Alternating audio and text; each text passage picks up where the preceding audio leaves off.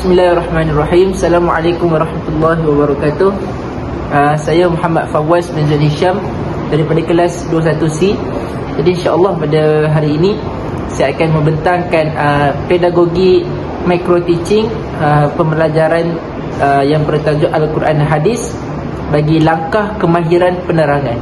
Jadi kemahiran penerangan ini ialah guru menerangkan sesi pembelajaran kepada murid dengan lebih jelas supaya murid mengetahui dan faham apakah isi pengajaran yang ingin disampaikan oleh guru.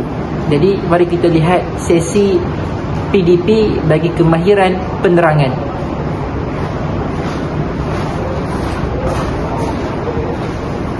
Okey, Assalamualaikum warahmatullahi wabarakatuh anak-anak murid semua.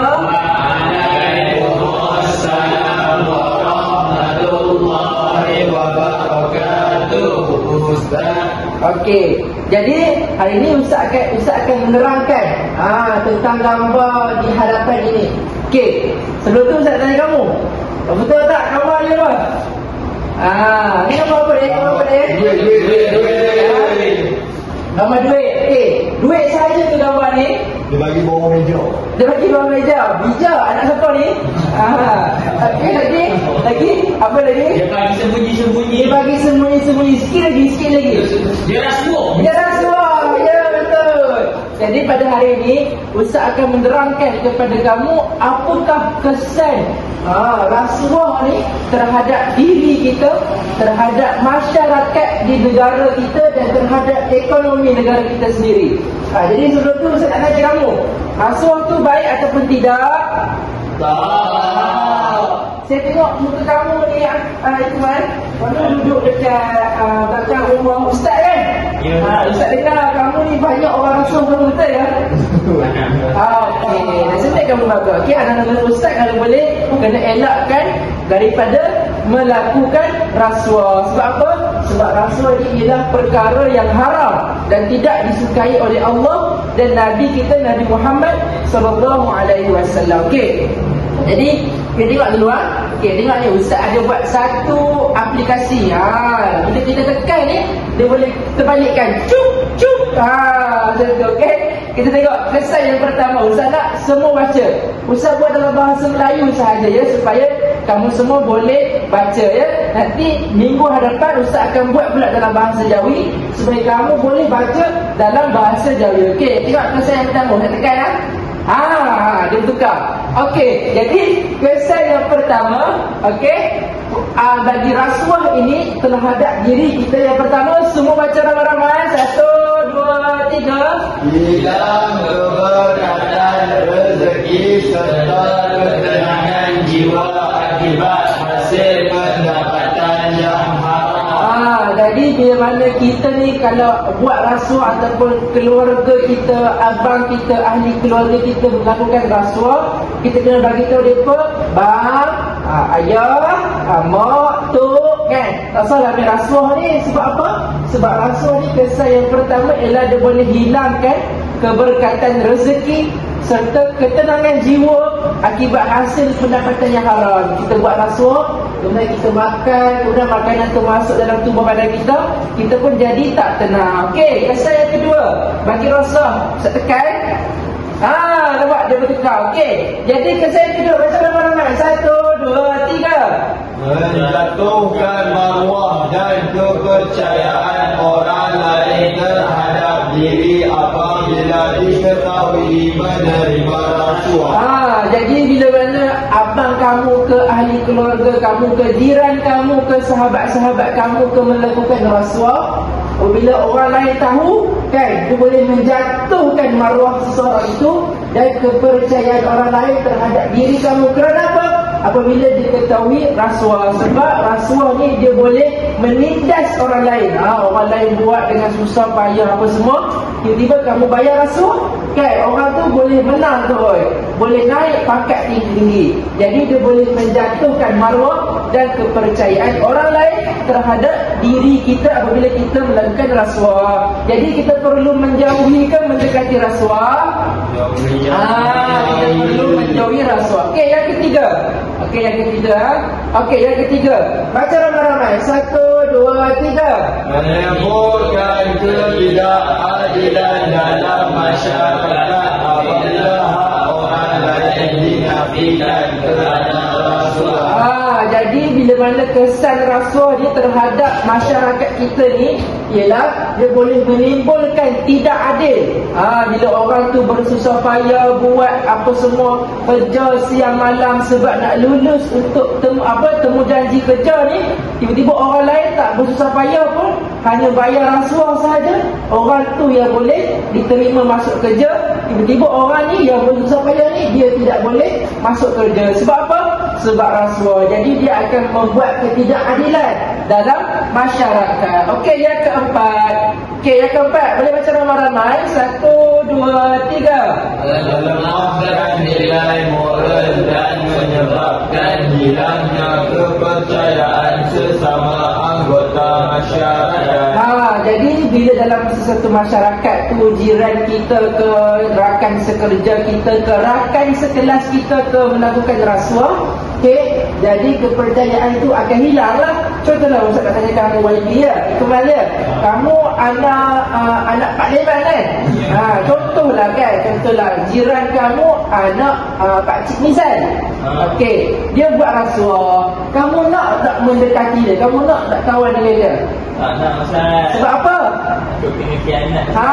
Takut kena khianat. Jadi rasuah ni kamu semua kena menjauhi. Kalau ada ahli keluarga kamu yang kamu tahu buat rasuah, sahabat-sahabat ataupun jiran, kamu kena bagi tahu mereka tak boleh. Rasuah ni tak elok dan boleh melemahkan nilai moral dan menyebabkan hilangnya kepercayaan sesama anggota masyarakat. Okey, yang kelima. Ustaz tekan. Nak bersuka. Okey, baca. 1, 2, 3. Menjejaskan ekonomi negara kerana kebocoran dana awam dan pelabur hilang keyakinan. Jadi ini kesan kepada ekonomi negara kita pula bila mana kita ni sering melakukan rasuah ataupun orang-orang yang bekerja di atasan, di bank negara ke, di kabinet kementerian yang melakukan rasuah. Jadi dana ni dia banyak hilang. Dia keluar bukan untuk masyarakat, untuk rakyat, tapi untuk bayar orang-orang yang buat rasuah ni. Jadi dia akan menjejaskan ekonomi negara kita. Okey, jadi yang terakhir, kesan yang terakhir, boleh baca semua. 1, 2, 3. Merosakkan imej negara di mata dunia serta menggugat kestabilan politik dan sosial. Jadi bila mana negara Malaysia contohnya sering melakukan rasuah, okey, Ustaz nak tanya Atif, adakah negara Thailand, negara Indonesia, negara Vietnam nak bekerjasama dengan kita? Tak nak. Dia tak nak. Sebab apa? Sebab rasuah. Jadi kita tahu nanti mungkin negara kita yang sering melakukan rasuah ini akan mengkhianati negara-negara seperti Thailand, Indonesia dan sebagainya. Okey, ini daripada segi gambar pula Okey, tengok balik. Alright. Okey, sahabat semua, semua masih bersemangat ke? Okey. Tak betul tak? Tak betul tak? Ni dia tengok Ustaz. Okey, kamu tengok ni gambar ni, nampak? Silap. Kamu tengok ni. Okey, bila mana kesan rasuah nampak? Dia mungkin tu. Okey Okey, dia rasa tak tenang, nampak? Pendapatan ataupun keberkatan dia rasa tak cukup. Sebab apa? Sebab dia melakukan rasuah. Dengan mana rasuah ni kan, kamu adalah duit 10,000 pun, 100,000 pun, bila mana tidak ada keberkatan, kamu akan rasa tak cukup. Tak cukup 1,000 ni. Tak cukup 2 juta ni. Sebab apa? Sebab tidak ada keberkatan pada rezeki kamu. Kerana apa? Kerana kamu melakukan rasuah. Okey, yang kedua tadi apa dia? Menghilangkan nilai moral dan menghilangkan kepercayaan terhadap diri kita. Jadi bila kamu melakukan rasuah, adik-beradik kamu melakukan rasuah, kamu susah nak percaya adik-beradik kamu, kamu susah nak percayakan sahabat-sahabat kamu. Sebab apa? Sebab mereka ni melakukan rasuah. Mereka ni mengkhianati kita. Jadi bila berlaku apa-apa, kita senanglah nak tuduh dia. Kamu lah ni, abang lah ni, adik lah ni kan, main rasuah sangat. Habis sekarang keluarga kita dah tak ada orang yang ikut dan sebagainya. Okey, seterusnya kamu tengok ni, dia menindas orang lain. Nampak orang ni bersusah payah kan, buat kerja sampai 2-3 malam semata-mata nak lulus masuk kerja, tiba-tiba orang yang senang-senang je bayar rasuah dapat apply kerja tanpa bersusah payah sampai pukul 2-3 pagi. Kabel. Kabel. Ni kabel. Pandai dah. Kamu rumah kat mana? Pergi melawat rumah ayah kamu. Apa ni anak dia ni kan? Okey, Rabah ni. Yang terakhir. Yang sebelum yang terakhir. Nampak? Ekonomi negara terjejas. Ekonomi negara merudum. Sebab apa? Sebab keluarnya dana bukannya kepada laluan yang sepatutnya. Keluar dana ekonomi ni bukan kepada rakyat, bukan kepada fasiliti-fasiliti di negara kita, tapi untuk bayar ni. Bayar orang-orang yang nak buat rasuah ni. Okey. Kemudian yang terakhir sekali ialah ni nampak ni, merosakkan negara kita daripada melakukan hubungan diplomatik yang baik dengan negara Thailand, negara Indonesia, negara Vietnam dan sebagainya. Jadi Ustaz nak tanya, kamu faham tak sekarang ni apakah kesan rasuah terhadap diri kita, terhadap masyarakat dan terhadap negara kita? Faham tak? Jadi Ustaz nak tanya seorang, Hafizi ni Ustaz suka sangat Hafizi ni. Ustaz kenal ayah dia ni, kamu tahu tak? Ayah dia ni kawan rapat dengan ayah Ustaz. Okey, Hafizi, kamu nak beritahu 2 kesan rasuah terhadap diri kita. Hilang kepercayaan. Yang pertama sebut. Yang pertama hilang kepercayaan. Okey. Sebut. Yang kedua, ni merasa tidak tenang. Hati kita merasa tak tenang. Okey, terima kasih. Tepuk.